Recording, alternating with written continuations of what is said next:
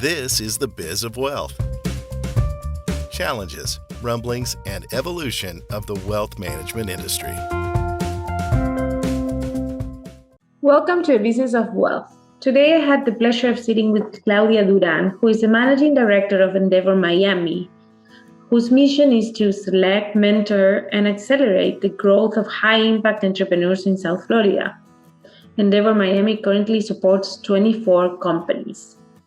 Claudia is an experienced business leader with a demonstrated history of strategic business development in the for-profit and non-profit industry across the Americas.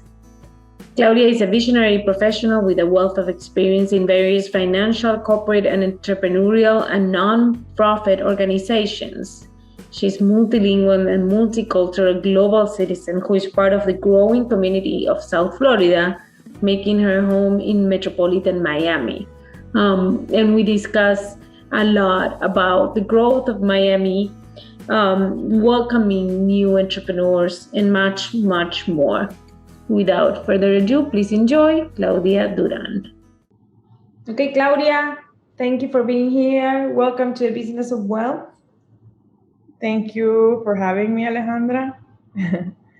Well, this is going to be a very Miami-based interview. So let's start first on, who you are, where you come from, what got you here, and how you ended up in Endeavor. I am originally from El Salvador, but now I consider myself a citizen of the world. I've lived in many places after El Salvador, and I was in New York and doing private wealth management for Deutsche Bank some years. And there I met my husband. We moved to Brazil, to Sao Paulo, where I was for 6 years. There I was working for another organization supporting entrepreneurs with social impact. It's called Ashoka. And it was a great experience also to live in Brazil and learn the culture, the language, and networking there. It was very interesting. And then we had the opportunity to move to Miami about 5 years ago. So I came here. And I always loved Miami. It's very close to El Salvador, so I would travel back and forth for many, many summers when I was younger, because I had family here and it was like the summer destination. So I didn't know I was going to end up living here, but when I came, it was very familiar and I felt immediately at home, and it was a really nice transition, very different from Sao Paulo. For a couple of years, I decided to work with my family. They have a business out of El Salvador, and they needed my help. My background is in finance and business administration, so they really needed me to go in there and do a turnover of the business. So I did that for 2 years, traveling back and forth. And after that, I made the decision to just be more grounded in Miami, start connecting with the Miami local ecosystem, because I wasn't at that point.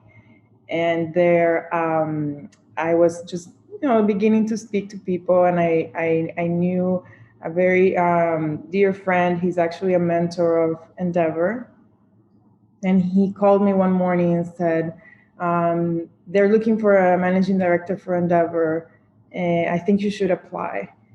And I told him, "Okay, let me apply." He's like, "No, but you have to apply today because I think the deadline is tomorrow."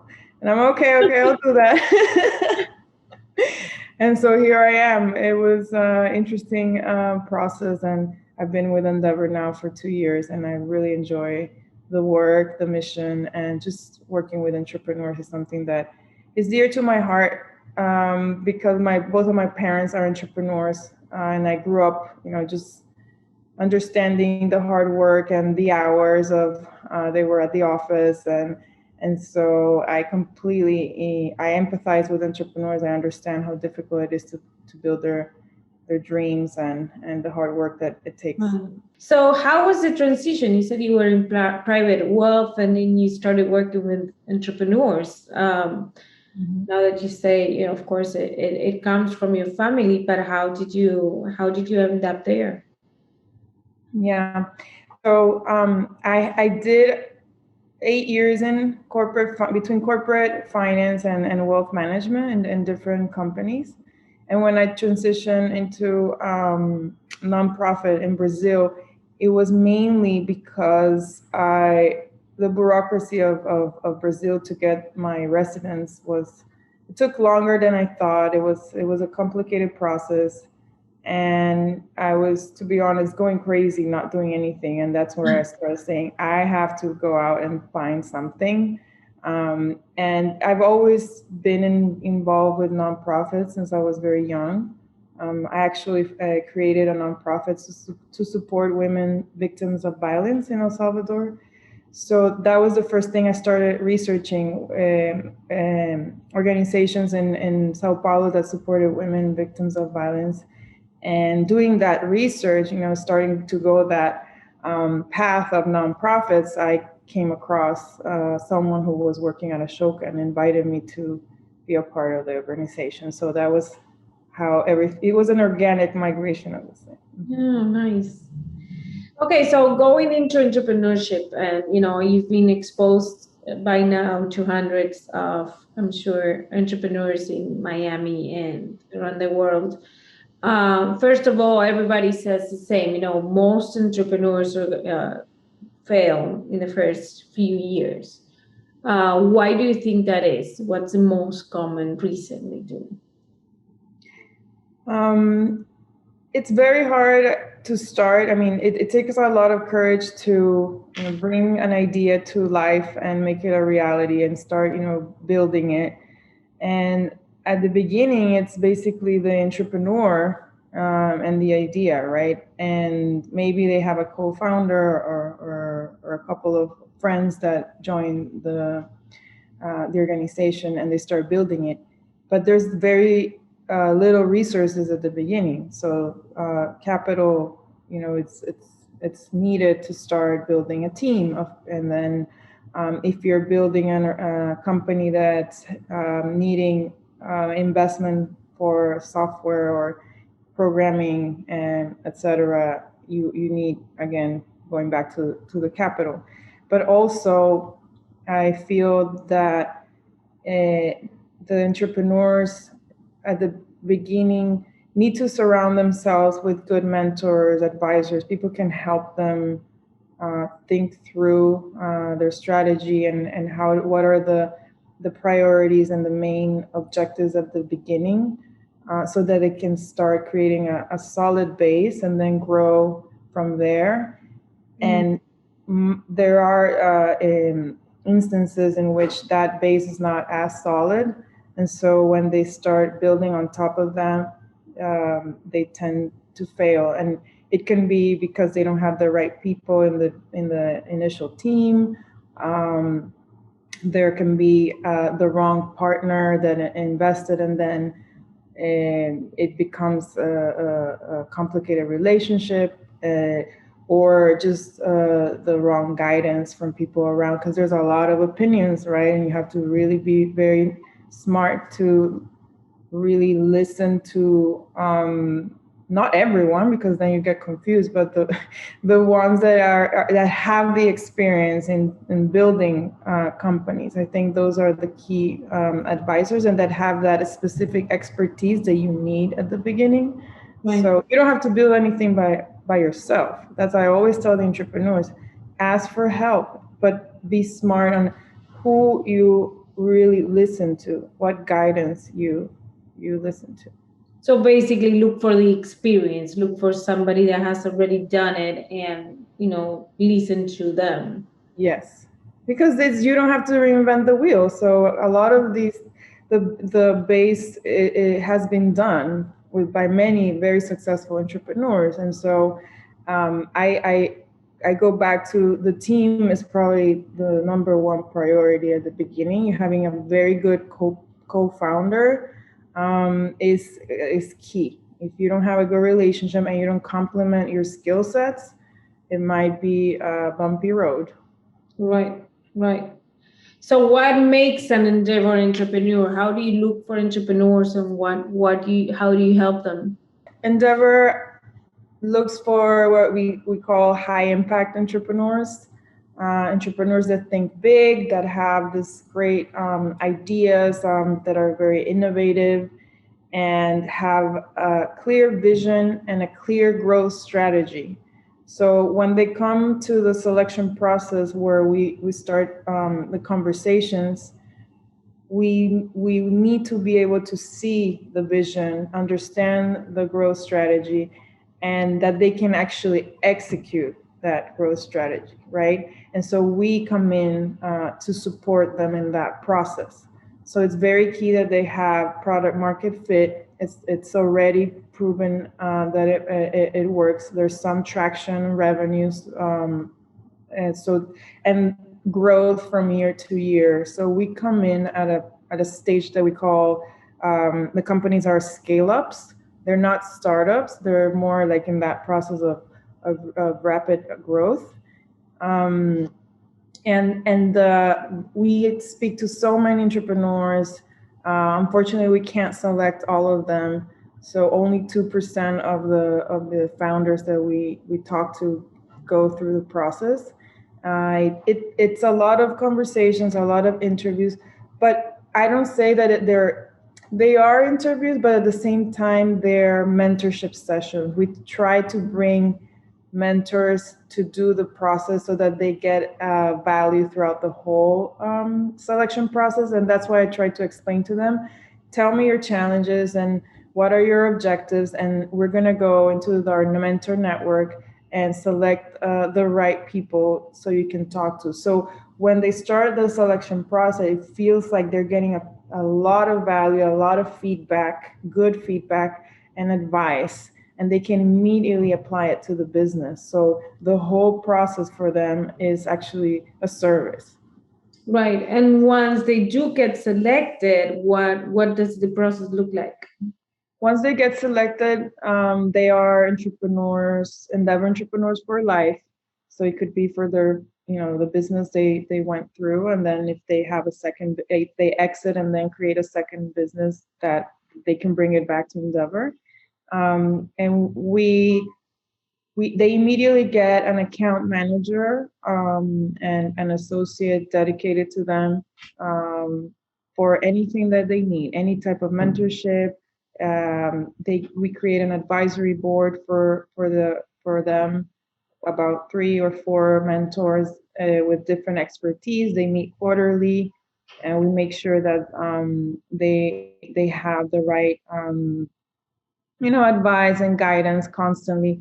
We try to understand the pain points of the business. So we also suggest to them, you should talk to this mentor. I see that you're having a difficulty in this area. Let me get you this person who I think can help you.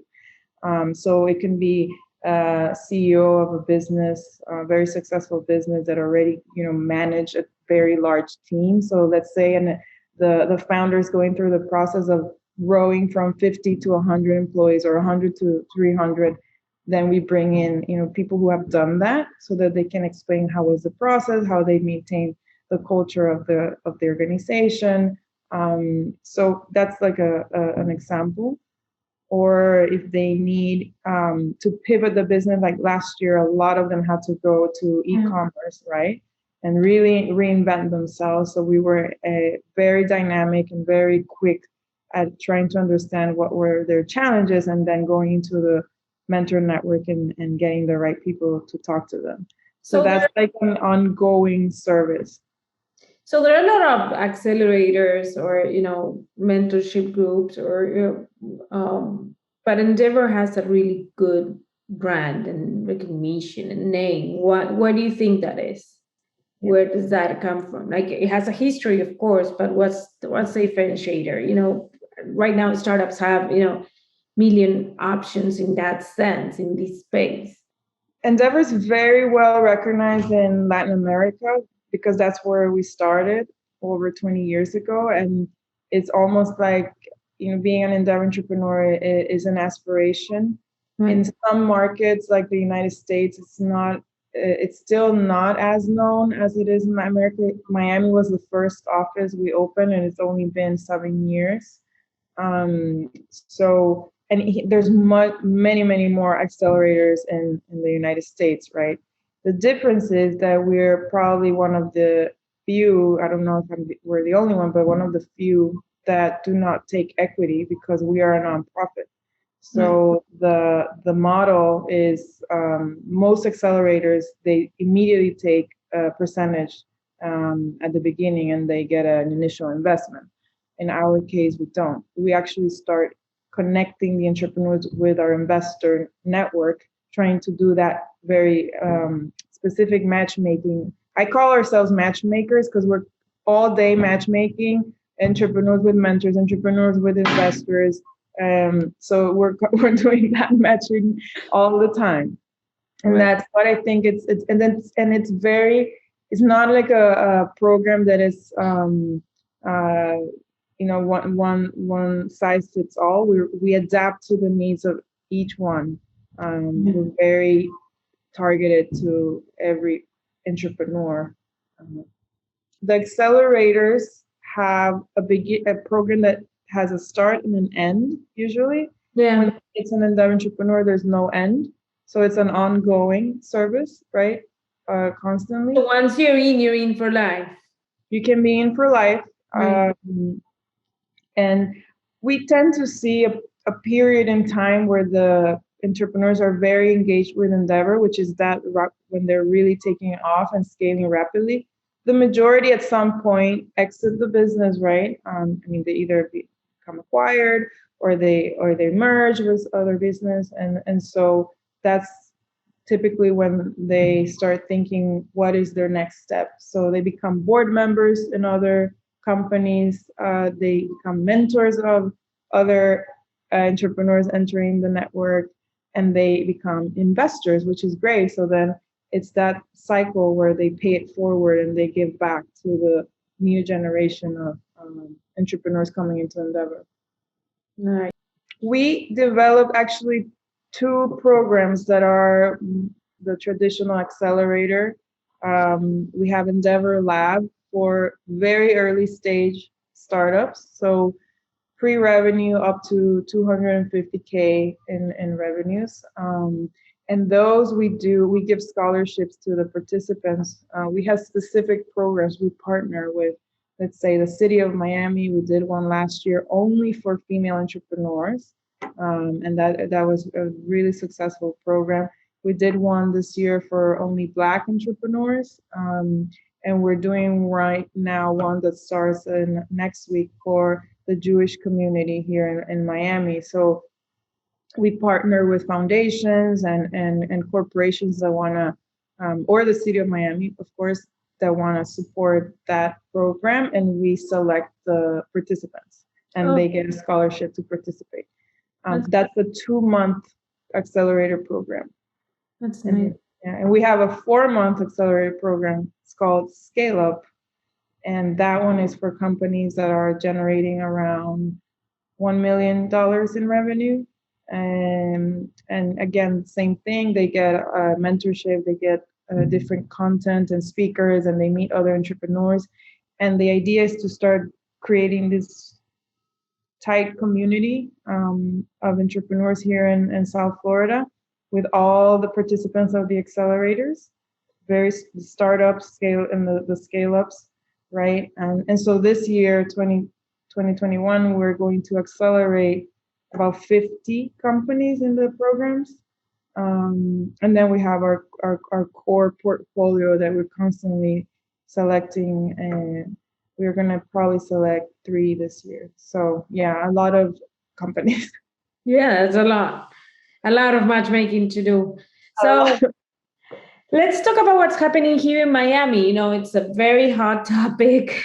Everybody's just, on Miami with what, the mayor started, but also it has been a push that's been coming for many years. At least I remember working on Emerge Americas, almost, I think, 10 years ago, trying to launch this community, talking about technology, talking about the Silicon Valley of the South, et cetera, et cetera. But now, with the pandemic, it became a reality. And what do you see, what do you see happening? Do you see it lasting? What's the difference between, the companies that are here from Miami and all the ones that are coming from other states or internationally? Mhm. Yeah, I think there's obviously a hype right now around Miami and moving to Miami. And there's different factors that came into play for that to happen. A lot of the states were in lockdown. People were really tired of being in small apartments in San Francisco, New York, etc., and just not being able to have freedom to go out and experience a restaurant, etc. So Miami was open for business. The mayor was, welcoming everyone here. And then they realized, okay, the lifestyle here is pretty good. They were not familiar with Miami. A lot of the people who were here for, let's say, just a couple of weeks or a month, and then they decided to stay. They really enjoyed. I have friends that did that from New York, just hired, rented a house, and then decided just to stay permanently. We put the kids in school, etc. And they just said the lifestyle is incredible. You pay much less taxes. And now with the new model of working remote, it's really easy to work from here. You don't have to be in the office. So a lot of those factors played into play that people can actually enjoy Miami and live here. And so entrepreneurs started, Miami has had a foundation and talking about creating the base, for the past, more than 10 years, many organizations have been working together. I mean, the Knight Foundation was the first organization that started really supporting and writing very important checks to build this entrepreneurial community. And so there is this there was the vision, and all of the organization, including Endeavor, that started thanks to the Knight Foundation. They all started working together to really support entrepreneurs and the ecosystem. I mean, the lab Miami was in Wynwood was one of the first. There was nothing in Wynwood where they started. I think that set the ground, and then a lot of the entrepreneurs that were already in Miami, they were siloed, they were disconnected, and so slowly all these organizations started, talking to them. Endeavor started reaching out and understanding what their needs were, and trying to bring them in and connect them and create that community. And so I feel that was built from the ground up and made it easier for now for founders people to join. Yeah. I've seen the community very active. It's just, how my fear is how are we welcoming, new cultures and other people from other states or other countries, and how they are, really integrating into Miami. I've heard some New Yorkers having a hard time integrating here because of culture clash, right? So that's a lot of them also have been going to Fort Lauderdale, that is, another area that, and getting to know the different areas, the different, particularities of each area. I think it's important too, right? So how do you see it evolving? Where do you see it going?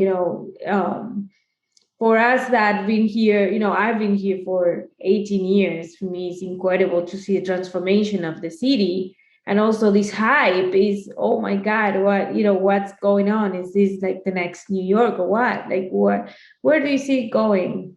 Yeah, I don't think this is the next New York or the next Silicon Valley. I think Miami has its own identity and doesn't want to be the next Silicon Valley or Boston or New York. I think that those cities will, continue to thrive. They are slowly getting, back to the rhythm. I mean, it's gonna take them still some time, but those who connected with Miami and liked Miami will stay in Miami and so are going to be part of the local community.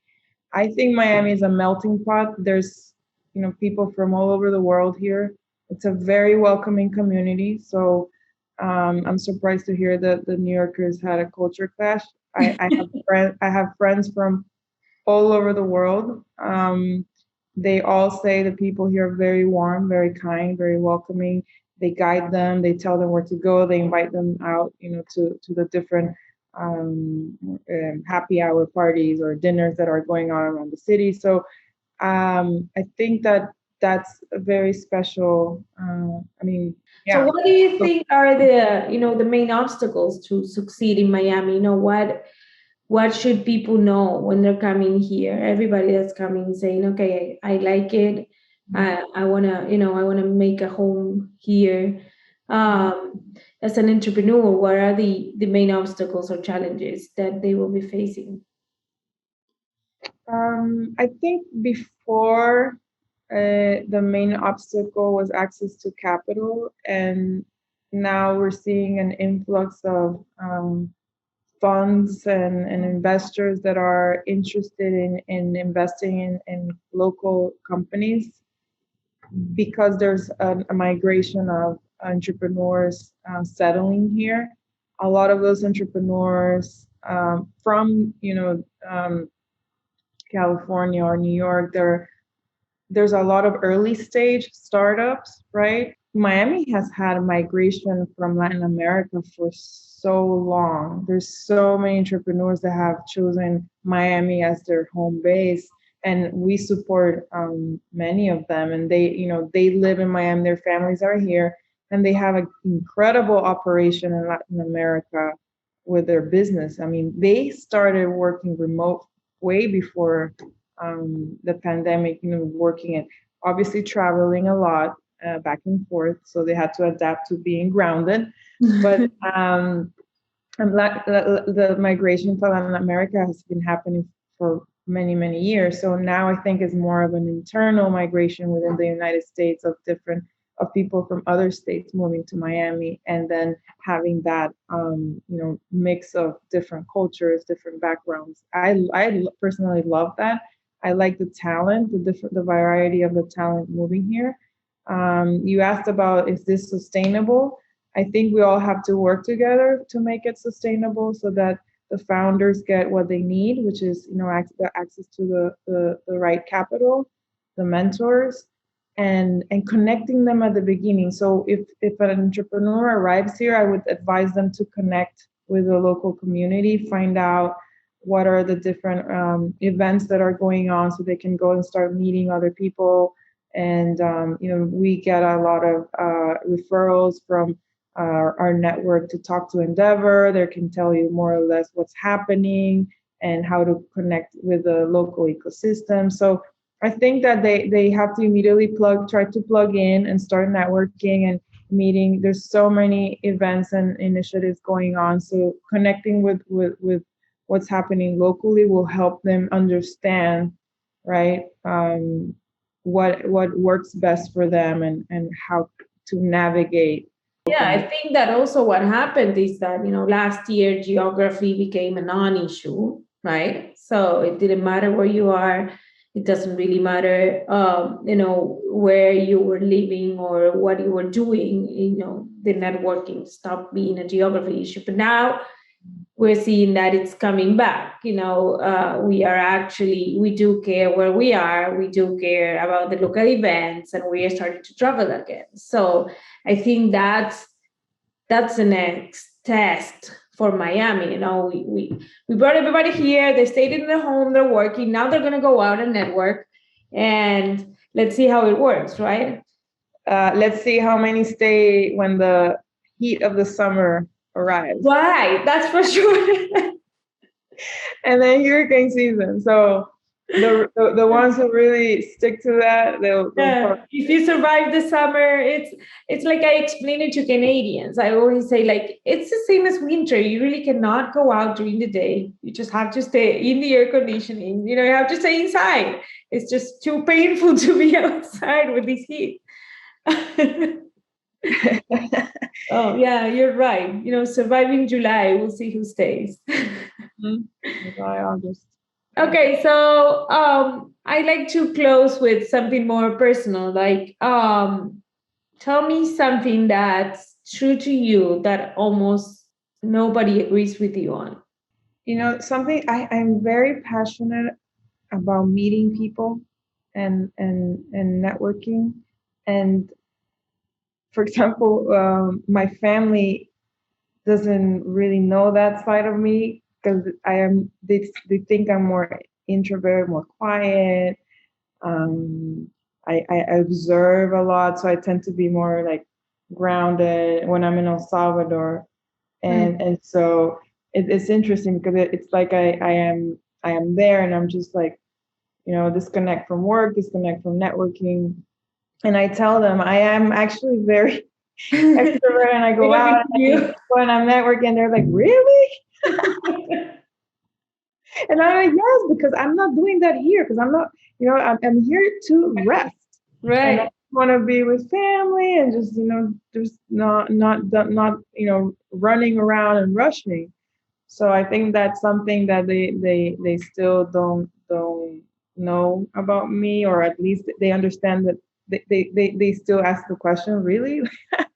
It's funny. So actually, let me go, down that route, because personally, I was scared from early in my career, those like stiff networking events that you had to go to, and you're standing there, and I just honestly I hated it. I didn't know how to approach people or how to talk to people, or I felt I had to be a certain way, to be to present myself and give my business card. So what's your recommendation for networking? How do you go about it? You go into a room, now that we're going back to events, you go into a room, how do you connect with people?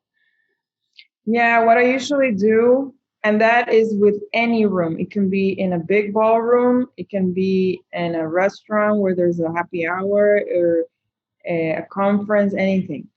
You first arrive and you analyze the room. You start screening the room, looking at everybody. So you take about 5 minutes to just walk, try to feel the room, feel the people in the room, and then try and find someone that you know. That's your first connection, right? The person that you know. It doesn't matter, you talk to that person. Hey, how are you? Oh my God, great to see you. And then that will help you feel more relaxed, because now you are in the room, you connected with someone in the room, so it's like, okay, your guard is down. And once that happens, that person will probably introduce you to someone you don't know that they're talking to. Right. And so you start engaging in that conversation. And then you start listening to other conversations, and you just go, I don't know, I go with the flow. It usually it works very well. Then somebody else introduces me to someone, or I don't know, I'm passing and I hear an interesting conversation, and I'm like, I introduce myself, and I'm like, hi, I'm Claudia, and yeah, I heard what you were saying. It's so interesting. Like, it works. It people are, very kind and open. You also try and feel the vibe or the energy of the people. If you can do that, it works. So that you know that they're going to be open to talking to you. Who's more relaxed, right?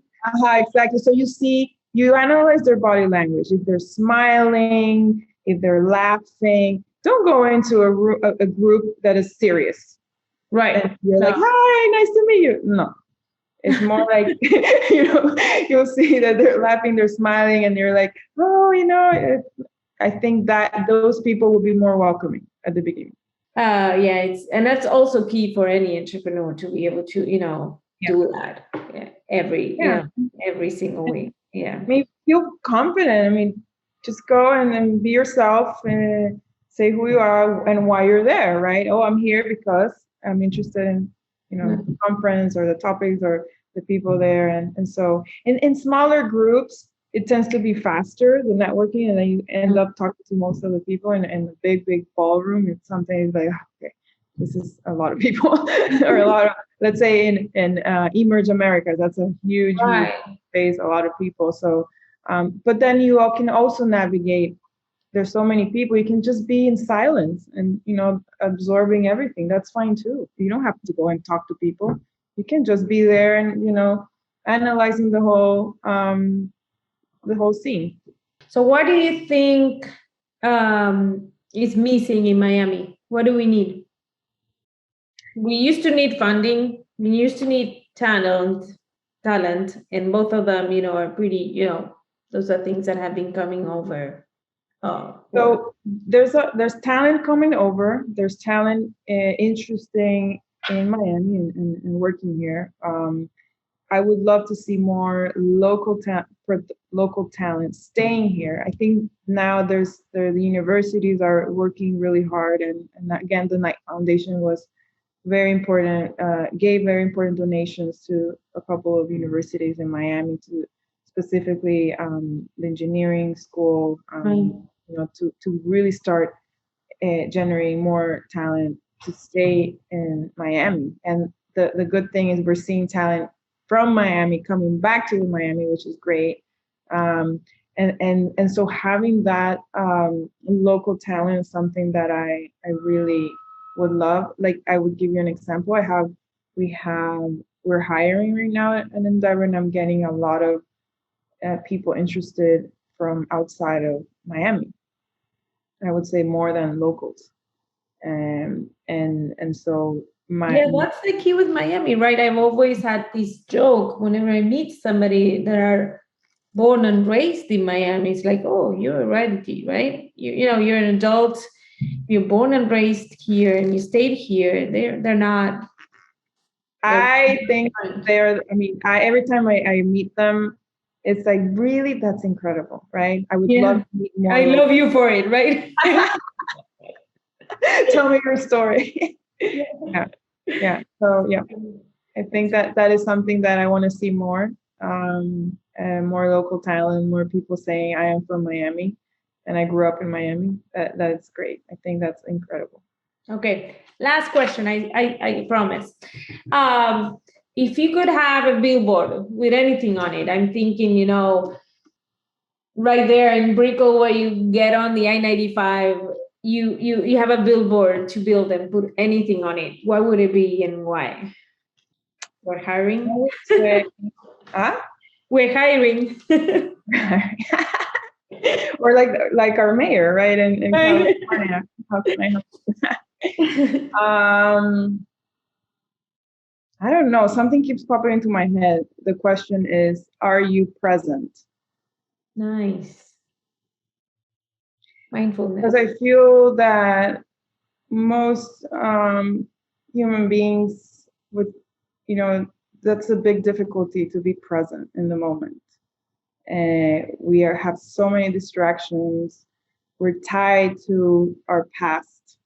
We constantly go back, right? And we're worried about the future and what's gonna be the future and what's our next, endeavor and our next job and everything. And then we have our phones who are constantly bombarding you with messages, and if you don't respond immediately, people get offended, and it's like, and then you have to work. And so, when are you present?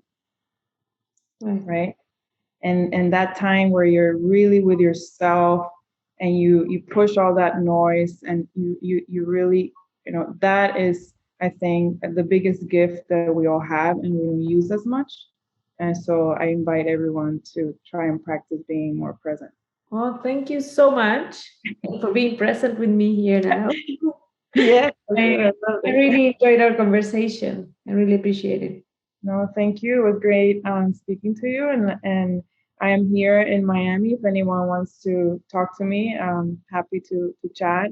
And so good luck to any entrepreneurs that are hearing today our conversation, right? And so connect with Endeavor. And there's so many wonderful people here in Miami and moving to Miami and locals.